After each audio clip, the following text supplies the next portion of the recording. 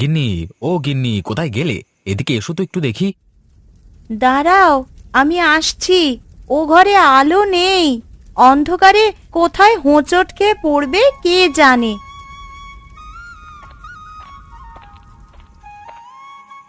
ঘরে প্রদীপ দেওয়া হলো না কেন? কতবার বললাম সন্ধেবেলায় ঘর অন্ধকার রাখতে নাই, অলক্ষী বর করে। একবারও আমার কথা শুনলে না। কি করব বলো তো? ঘরে কি কেরোসিন আছে যে আলো দেব? বোতলের নিচে একটু ছিল, তাই দিয়ে রান্নাঘরে প্রদীপটা জ্বালালাম। এই রে, আমি আবার তেল নিয়ে আসতে ভুলে গেলাম। এই মাছটা ধরো, ভোলার দোকান থেকে গিয়ে এক বোতল তেল নিয়ে আসি। এই শীতের রাতে আর যেতে হবে না। এই আলোতেই আমাদের রান্না খাওয়া হয়ে যাবে। আমি গামছা দিচ্ছি, হাত মুখ ধুয়ে এসো, তারপর উনুনের পাশে এসে বসো। তাই দাও গিন্নি, তাই দাও। বড্ড শীত পড়েছে গো আজকে। বোধহয় রাত্রে শৈত্যপ্রবাহ হবে। সেই নিয়েই তো ভয় গো। ঘরের দরজা জানলার যা হাল, এই হিম হাওয়া যে কিভাবে আটকাবে কে জানে। হ্যাঁ, সামনের মাসের বেতন পেলে আগে দরজা জানলা ঠিক করব। কই গামছাটা দিলে না যে? এই নাও গামছা, একটু দাঁড়াও, আমি কুয়ো থেকে জল তুলে দিই। তাও একটু গরম হবে এখন। এই শীতে আর পুকুরের জলে কাজ চলবে না। হ্যাঁ, না না, তোমাকে আর আসতে হবে না, আমি নিজেই করে নিতে পারবো।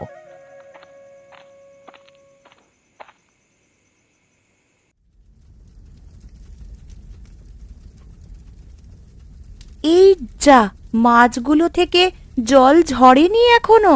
কড়াইয়ে লেগে অর্ধেকই পুড়ে যাবে।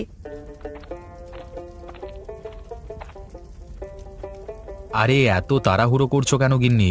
না হয় একটু রাত হলো ভাজতে। এখন তো কেবল সন্ধে, শেষে হাত পুড়ে ফেলবে যে। তুমি এত দূর পথ হেঁটে এসেছো, তোমায় কটা মাছ ভেজে দিই। উনুনের পাশে বসে খাও। রান্না তো কেবল শুরু, শেষ হতে অনেক দেরি হবে। সে আমি খাবো ক্ষণ। তা বাদল কোথায়? ওকে দেখছি না যে। ও ঘুমিয়ে পড়েছে। রান্নাটা হোক, ডেকে তুলে খাওয়াবো। তা তোমার হাতে চুড়িগুলো কোথায় গেল? হাতে চুড়ি না পরলে কেমন বেমানান দেখায় বলো তো। ওগুলো আজ ভেঙে গেছে। 4 বছর ধরে পড়ছি, আর কত চলবে বলো। না না, সত্যি বউ, এবছর তোমায় একজোড়া অন্তত গড়িয়ে দেব। বিয়ের পর তো কিছু দিতে পারিনি তোমায়। কি করে দেবে বলো? একের পর এক ঝড়ঝাপটা যাচ্ছে তোমার উপর দিয়ে। গত বছর বাবলুর অসুখের পিছনে কতগুলো টাকা গেল। সে নিয়ে আফসোস নেই, ছেলে আমার সুস্থ আছে, এই ঢের। ওগো, দরজায় কে যেন ঘা দেয়। কে এলো আবার? কই না তো, এত রাতে কে আসবে আমাদের বাড়িতে? বাড়িতে আছো? কি গো, বাড়িতে আছো কেউ? ওই তো কে যেন ডাকছে, গিয়ে দেখো না গো একটিবার। আমি যাচ্ছি, দেখি কে আবার এলো এই অবেলায়। বাতিটা নিয়ে যাও, পাছে পড়ে অনাসৃষ্টি কাণ্ড বাঁধাবে। আরে দাঁড়াও বাবা, দাঁড়াও, দরজা খুলছি, ভেঙে ফেলবে নাকি? কেমন আছো বাবা জীবন? সে কি, আপনি কে? আমি জয়ার আত্মীয়। ও কোথায়? জয়ার আত্মীয়? কই আপনাকে কখনো তো দেখিনি। আমি বাড়িতে থাকি না বৎস, তোমার স্ত্রীকে ডাকো, সে নিশ্চয়ই চিনতে পারবে। এই যে শুনছো, এদিকে এসো তো। যাই বাবা, কি হলো? কে এসেছে আবার? দেখে যাও, তোমার বাপের দেশের লোক এসেছে। বাপের দেশের লোক? কে উনি? আমাকে চিনতে পারছিস না জয়া? আমি তোর। না তো, আপনাকে চিনতে পারছি না। বাড়ি কোথায় আপনার?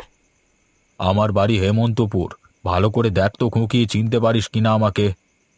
হেমন্তপুর আমার মামার বাড়ি, কিন্তু আপনাকে তো চেনা পরিচিত কেউ মনে হচ্ছে না। তোমার এক মামা ছিল না, ছোটবেলায় হারিয়ে গিয়েছিল, উনি নয় তো? না না, ছোট মামা নৌকা ডুবি হয়ে মারা গিয়েছিল, সেই সংবাদও পেয়েছিলাম আমরা। আর ওনার গালে কাটা দাগ আছে, মামার সেটা ছিল না। ও, তবে চিনতে পারিসনি আমাকে? আপনি কিছু মনে করবেন না, আমার স্ত্রী আপনাকে চিনতে পারছে না। বেশ, তাহলে আমি যাই বরং। কিছু না মনে করলে এই মিষ্টিগুলো রেখে দাও, ছেলে মেয়ে থাকলে খেতে দিও, কেমন? না না, তার আর দরকার হবে না। আপনি এত টাকা খরচ করে এনেছেন, বরং ফেরত দিয়ে টাকাটা নিয়ে নিন। ওগো, মিষ্টিগুলো রেখে দাও না। বাদল মিষ্টি খেতে খুব পছন্দ করে। হ্যাঁ মা, মিষ্টিগুলো রেখে দাও। তাছাড়া এগুলো আমি অনেক দূর থেকে এনেছি, সেখানে গিয়ে ফেরত দেওয়া যাবে না। বেশ বেশ, আপনি যখন বলছেন রেখে দিচ্ছি। গিন্নি, তুমি মিষ্টিগুলো ঘরে নিয়ে যাও, আমি ওনাকে বিদায় করে আসছি।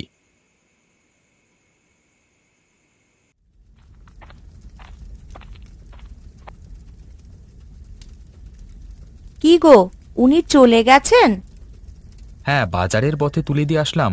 পাশেই তো একটা সরাইখানা আছে, সেটার ঠিকানাও দিয়ে এসেছি। ভালো করেছো। বুড়ো মানুষ, রাতের অন্ধকারে খুঁজে পেত না তুমি না বললে। তা কি মিষ্টি এনেছেন উনি, দেখি দাও তো। দাঁড়াও, আমি এক্ষুনি তোমায় খেতে দিচ্ছি।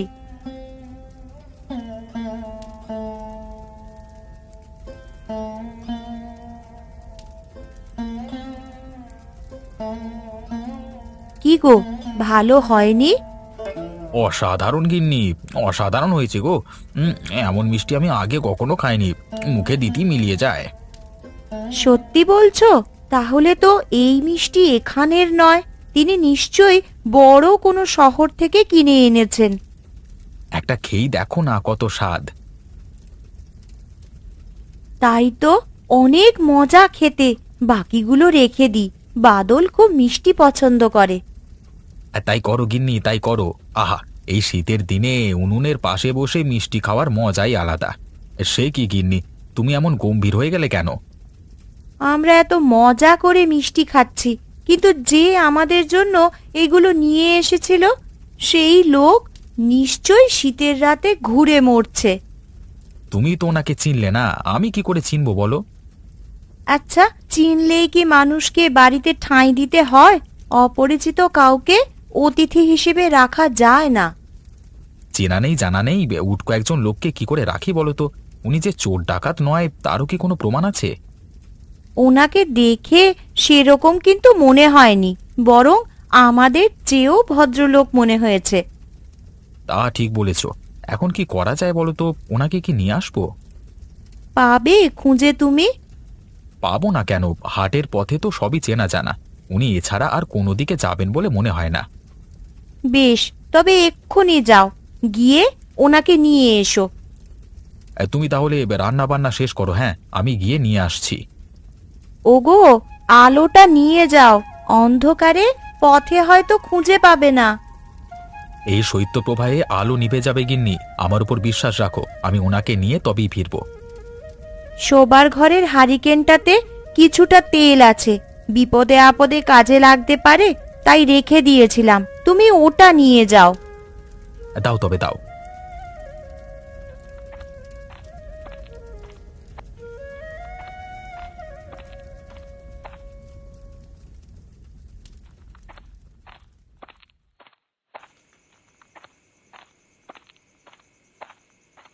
লোকটা তো বলল এই পথ দিয়ে গেলে হাট পাওয়া যাবে, কিন্তু কোথায় হাট? এখানে তো কোনো লোকালই দেখা যাচ্ছে না। যাই, আর একটু এগিয়ে যায়, হয়তো সামনে পড়বে। মশাই, ও মশাই শুনছেন? পেছন থেকে কেউ ডাকছে মনে হয়। কে ডাকে আমায়? আরে আমি ডাকছি আপনাকে, দাঁড়ান একটু দয়া করে। ওই তো কেউ একজন এইদিকে আসছে। কে আপনি, কি চান আমার কাছে? আরে আমি, আমাকে এত তাড়াতাড়ি ভুলে গেলেন? ও আচ্ছা, তুমি। তা কি মনে করে পেছনে এলে? আপনি চলুন আমার সাথে, আমার স্ত্রী আপনাকে নিয়ে যেতে বলেছে। জয়া আমাকে চিনতে পেরেছে? হ্যাঁ, না চিনতে পারিনি। আপনি বৃদ্ধ মানুষ, এই শীতে অপরিচিত জায়গায় কোথায় যাবেন, তাই নিয়ে যেতে পাঠালো। ও আচ্ছা, এই কথা। আমার আর যেতে হবে না, সরাইখানায় আজকে রাতটা কাটিয়ে দেব। সে বললে আর হচ্ছে না, চলুন তো আমার সাথে, ব্যাগটা দিন আমার হাতে। আমি গেলে তোমাদের আবার অসুবিধা হবে না তো? কি যে বলেন মশাই, কোনো অসুবিধা হবে না। আপনি আসলে বরং আমরা খুশি হব। তাহলে চলো, যাওয়া যাক।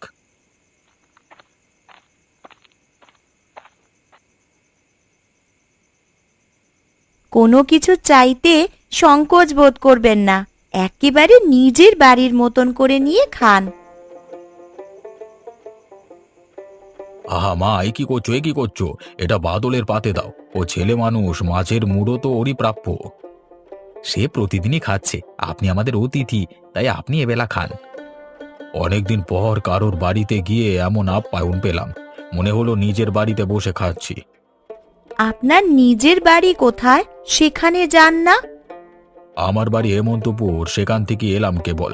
বুঝলে মা, দীর্ঘ 25 বছর পর বাড়িতে গিয়েছি, কেউ আমাকে চিনতে পারলো না। আমরাই বা চিনতে পারলাম কই? তা আপনি এর আগে কোথায় ছিলেন? আমার স্থায়ী কোনো ঠিকানা নেই, এক এক সময় এক এক জায়গায় থাকি, যাকে বলে দেশভ্রমণ। দেশ ভ্রমণ? তাহলে তো তোমার কাছে অনেক দেশের গল্প শোনা যাবে দাদু ভাই। হ্যাঁ দাদু ভাই, সে তোমাকে বলবো ক্ষণ। এই ধরো, এখানে আসবার আগে আমি কিছুদিন ছিলাম হিমালয়ে, তোমাকে সেখানকার গল্প বলবো। তার আগে ছিলাম মরুভূমিতে, সেখানকার কাহিনীও তোমাকে বলবো। কি মজা, কি মজা! দাদু ভাইয়ের কাছ থেকে অনেক গল্প শুনতে পারবো। সে শুনবে খন। এখন তাড়াতাড়ি ভাত শেষ করো বাদল, ঠান্ডা হয়ে যাচ্ছে সব। হ্যাঁ হ্যাঁ, এখন খেয়ে নাও সবাই। অতিথির সাথে কালকে কথা বলা যাবে। উনি আবার অনেক পথ পরিশ্রম করে এখানে এসেছেন, খেয়ে দিয়ে তার বিশ্রাম করা উচিত।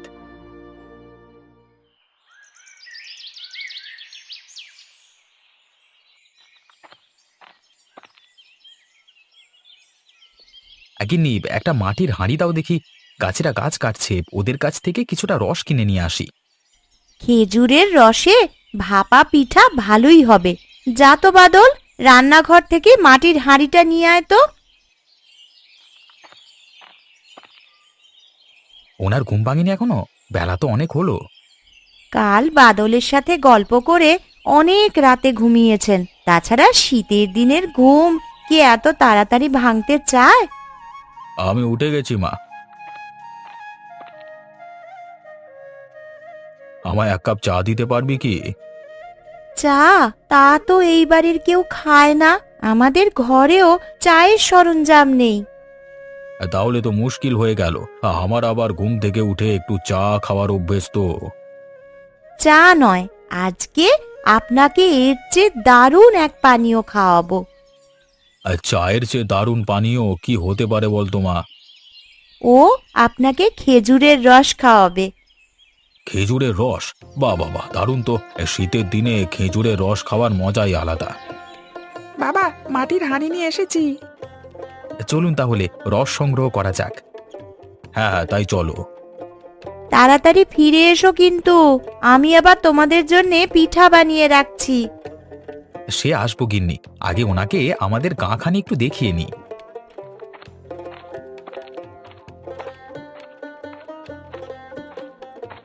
ওই যে দেখছেন তাল গাছ, ওখান অব্দি আমাদের গাঁয়ের সীমানা, আর পূর্ব দিক দিয়ে নদী পর্যন্ত গিয়েছে, এরপর ভিনগাঁও। তোমাদের গাঁখানি তো বড়ই সুন্দর, এমন সবুজ শ্যামল গ্রাম খুব কমই দেখেছি। আপনি তো পৃথিবীর অনেক দেশে ঘুরেছেন, সেখানকার গ্রামগুলো কি এমন? পৃথিবীর নানান দেশে নানান ধরনের গ্রাম, কোনো গ্রামের চেয়ে সুন্দর, কোনোটি বা এর চেয়ে অসুন্দর, কিন্তু মূল কথা কি জানো? নিজের দেশের গ্রামে সব থেকে শান্তি লাগে, এই শান্তি অন্য কোথাও গিয়ে পাই না। হ্যাঁ দাদু ভাই, আমার গ্রামে থাকতে বড্ড ভালো লাগে। দেখতে দেখতে আমরা খেজুর গাছিদের কাছে চলে এসেছি। ওই দেখুন, গাছিরা গাছ থেকে রস সংগ্রহ করছে। কি বাবু, কোথায় যাওয়া হচ্ছে? আর সাথে উনি কে? তোমাদের কাছে এলাম, উনি আমার শ্বশুর বাড়ির লোক। ও আচ্ছা, রস নিতে এসেছো বুঝি? হ্যাঁ গো, শীতের সকালে খেজুরের রস দিয়ে ভাপা পিঠা খাবো। মা বাড়িতে পিঠা বানাচ্ছে। বেশ বেশ, আমি তোমাদের রস দিচ্ছি। বাড়িতে গিয়ে সবাই মিলে খাও, কেমন? তার আগে ওনাকে এক পাত্র রস দাও তো, টাটকা খেজুর রস খাওয়ার স্বাদই আলাদা। না না প্রকাশ, না ফুটিয়ে খেজুরের রস খাওয়া ঠিক নয়। কেন কর্তা, না ফুটিয়ে খেলে কি হয়? আমরা তো রোজ এভাবেই খাচ্ছি, তাছাড়া ফোটালে রসের টাটকা স্বাদ থাকে না। একটু স্বাদের জন্য আমি জীবন খোয়াতে পারবো না বাবু। কাঁচা রস খেলে জীবন যায়, সে তো আমরা জানতাম না। সে কি, সে খবর এখনো তোমরা পাওনি? খেজুরের রসে নানান রোগ জীবাণু থাকে, না ফুটিয়ে খেলে সেসব জীবাণু শরীরের ক্ষতি করে, এমনকি মৃত্যু পর্যন্ত হতে পারে। আমি এতক্ষণে বুঝতে পেরেছি আপনি কিসের কথা বলছেন। রাতে খেজুরের রস খেতে অনেক পাখালি আসে, হ্যাঁ তাদের সাথে বাদুড়ও আসে। ওইসব পশু পাখি মুখ থেকেই এসব রোগ জীবাণু ছড়ায়, তাই না? তাহলে তো এভাবে খেজুরের রস খাওয়া ঠিক নয়। হ্যাঁ, এটা সবাইকে জানিয়ে দেবে প্রকাশ।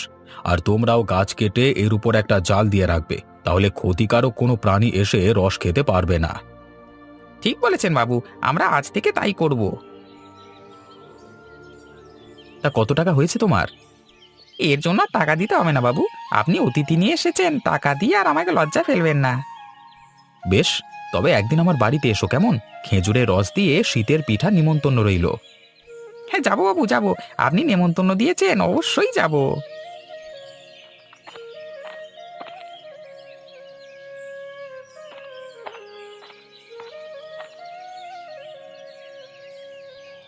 সে কি, পাতের গুলো যে এখনো শেষ হয়নি। আর কয়েকটা পিঠা দিই। না না মা, আর নয়, এগুলো খেতেই কষ্ট হয়ে যাচ্ছে। আরো কয়েকটা নিন। এত কম খেলে কি হবে? কি খাচ্ছেন না খাচ্ছেন কিছুই দেখতে পাচ্ছি না। আমি আবার হাঁড়িতে পিঠা বসিয়ে এসেছি। হ্যাঁ, তোমার পিঠা দারুণ হয়েছে মা, এগুলো খেয়েই পেট ভরে যাচ্ছে, আর লাগবে না। ও, তুমি একটু বসো, তোমার জন্য একটা উপহার আছে। উপহার? কি উপহার? এই চুড়িগুলো আমার ভাগ্নির জন্য গড়িয়েছিলাম, তাকে তো পাইনি, তাই তুমি এগুলো রেখে দাও। এত দামি চুড়ি আমি রাখবো? হ্যাঁ মা, তোমার হাতে খুব মানাবে।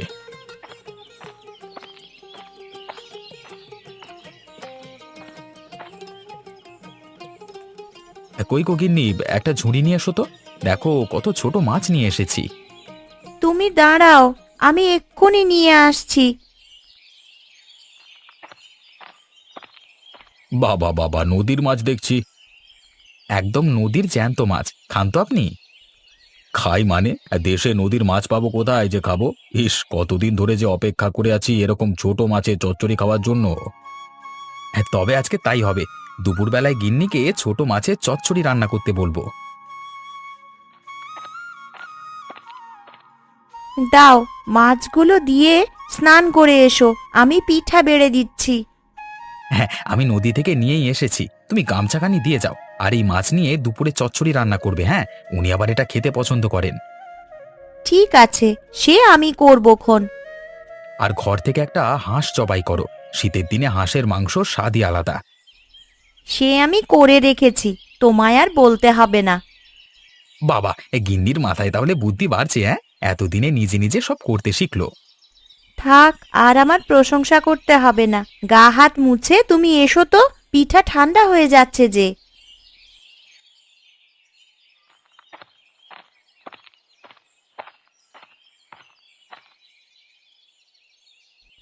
দাদু ভাই, তুমি নতুন পোশাক পরলে যে, কোথাও বেড়াতে যাবে নাকি? হ্যাঁ দাদু ভাই, আমাকে আবার বেরিয়ে পড়তে হবে। তুমি তোমার বাবা মাকে বলো তো একটু আসতে। দাঁড়াও, আমি এক্ষুনি আসতে বলছি।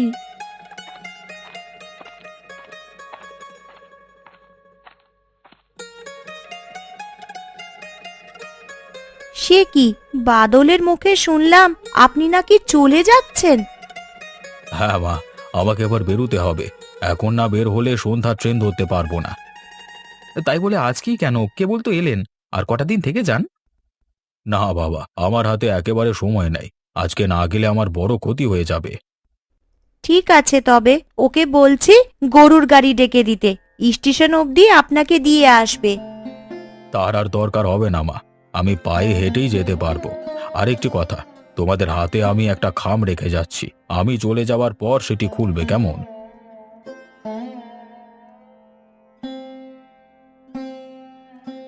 কিসের খাম, কি আছে ওতে?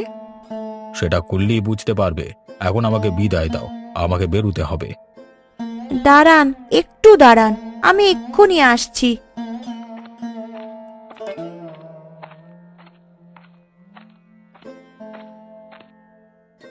এটা নিয়ে যান, তাড়াহুড়ো করে তেমন কিছু আর দিতে পারিনি। কি আছে ওতে মা?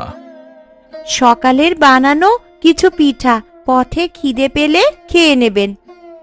তোমাদের মতো এত আদর যত্ন কেউ আমাকে করেনি। বহু বছর পর মনে হলো নিজের ঘরে ফিরে এসেছি। চলে গেলে আপনার এক্ষুনি বেরিয়ে পড়া উচিত, না হলে ট্রেন ধরতে পারবেন না। হ্যাঁ হ্যাঁ, তাই গেলাম বাবা, তোমরা ভালো থেকো কেমন?